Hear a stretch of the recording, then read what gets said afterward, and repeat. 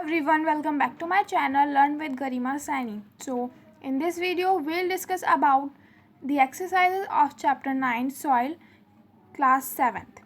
तो ये साइंस का चैप्टर है क्लास 7 का और इस वीडियो में हम इसकी एक्सरसाइज करेंगे चैप्टर 9 सॉइल की। तो इसमें जो फर्स्ट क्वेश्चन है वो है take the most suitable answer in question 1 and 2। तो इसमें हमें देखो ये एक MCQ टाइप है, ठीक है। इसमें जो 2 क्वेश्चंस हैं, ये क्वेश्चन नंबर 1 में जो ये 2 पार्ट्स हैं इसके, ये 2 क्वेश्चंस होंगे। इसमें 2 हमारे MCQs टाइप हैं, ठीक है।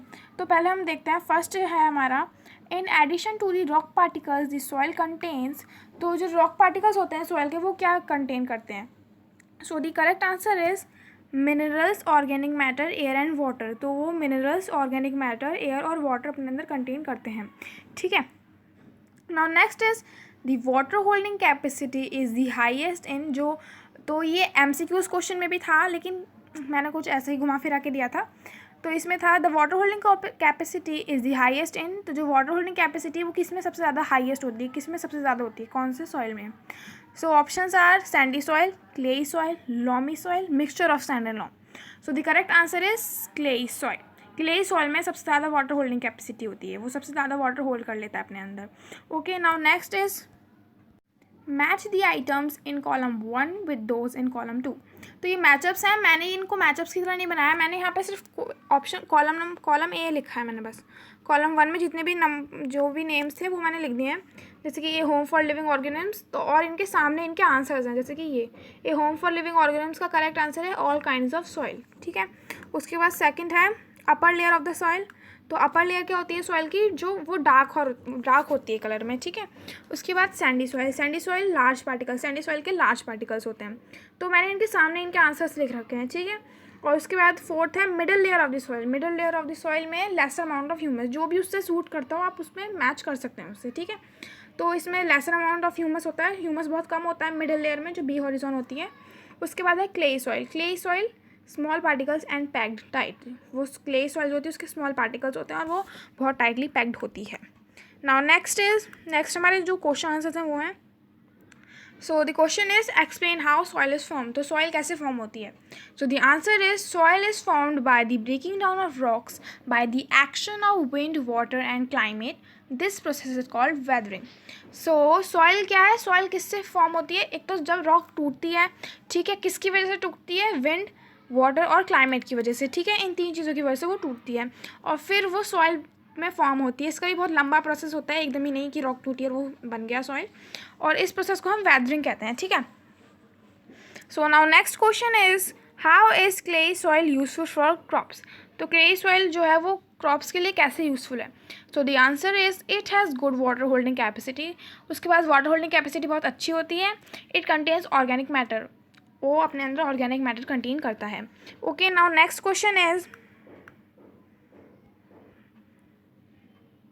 List the differences between clayey and sandy soil.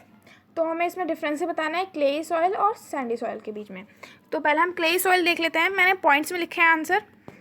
So first is it has small particles. Clayey soil के स्मॉल पार्टिकल्स होते हैं, वो बहुत भारी होती है। It is heavier. Water holding capacity is good. जो वाटर होल्डिंग कैपेसिटी बहुत अच्छी होती है। पार्टिकल्स आर टाइटली पैक्ड, जो पार्टिकल्स होते हैं बहुत ही टाइटली पैक्ड होते हैं। Very little air is trapped between the particles, बहुत ही कम एयर जो है उसके अंदर ट्रैप होती है। ओके, अब सैंडी सॉइल का देखते हैं। तो सैंडी सॉइल क्ले सॉइल का बिल्कुल अपोजिट है। जैसे इट हैज़ क्ले सॉइल में क्या था, it has small particles. Sandy soil में हो गया made up of large particles, वो लार्ज पार्टिकल्स होते हैं। It is lighter. Clay soil में था it is heavier, sandy soil में हो गया it is lighter. Water holding capacity is low. Clay soil में वाटर होल्डिंग कैपेसिटी गुड थी और सैंडी में वाटर होल्डिंग कैपेसिटी लो है। Okay, particles are loosely packed. तो जो पार्टिकल्स हैं वो लूजली पैक्ड हैं और क्लेई सॉइल में क्या था, पार्टिकल्स आर टाइटली पैक्ड।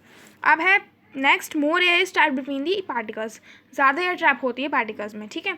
तो क्लेई सॉइल का हो गया it has small particles, it is heavier, water holding capacity is good, particles are tightly packed, very little air is trapped between the particles, ठीक है। ये 5 पॉइंट्स हो गए clayey soil के। 5 पॉइंट्स हो गए सैंडी सॉइल के। क्या है? सैंडी सॉइल के पॉइंट्स हैं made up of large particles, it is lighter, water holding capacity is low, particles are loosely packed, more air is trapped between the particles. Okay, now next is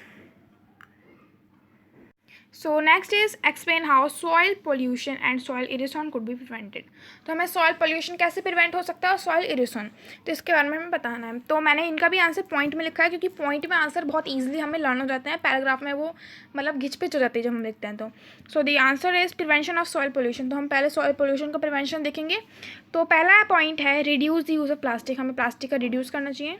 by controlling the use of chemical fertiliser and pesticide. हमें control करना चाहिए, ज़्यादा use नहीं करना चाहिए chemical fertiliser और pesticides का। और थर्ड है reduce and reuse the waste such as plastic, paper, metal etcetera. तो हमें रीयूज़ करना चाहिए वेस्ट जैसे कि प्लास्टिक, पेपर और मेटल्स, ठीक है। तो उसके बाद है prevention of soil erosion. Soil erosion का प्रिवेंशन क्या है? सो पॉइंट्स आर, फर्स्ट पॉइंट है planting more and more trees, सबसे ज़्यादा से ज़्यादा पेड़ लगाने चाहिए। और सेकंड है by stopping deforestation and over grazing of animals. तो हमें डिफॉरेस्टेशन स्टॉप करना चाहिए और ओवर गेजिंग एनिमल्स के ऊपर। और थर्ड है बाय क्रॉप रोटेशन, क्रॉप की हर साल रोटेशन होनी चाहिए, ठीक है। तो ये थे क्वेश्चन आंसर्स चैप्टर 9 सॉइल के। आई होप आपको मेरी वीडियो अच्छी लगी होगी, और अगर अच्छी लगी तो प्लीज़ मेरे चैनल को सब्सक्राइब करें और मेरी वीडियो को लाइक करें और अपने फ्रेंड्स के साथ शेयर करें। Thank you.